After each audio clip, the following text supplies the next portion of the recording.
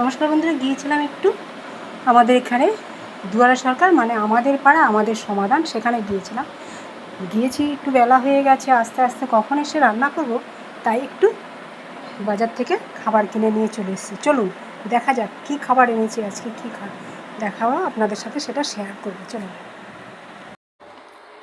ডাল, সবজি আর ডিম এগুলো কিনে নিয়ে চলে এসেছি। রান্না করতে হবে না, চলুন খুলে দেখি কেমন আছে, এগুলোর ভেতরে কী খাবার আছে। বলে তো দিয়েছে এই খাবার, কিন্তু খুলে তো দেখি।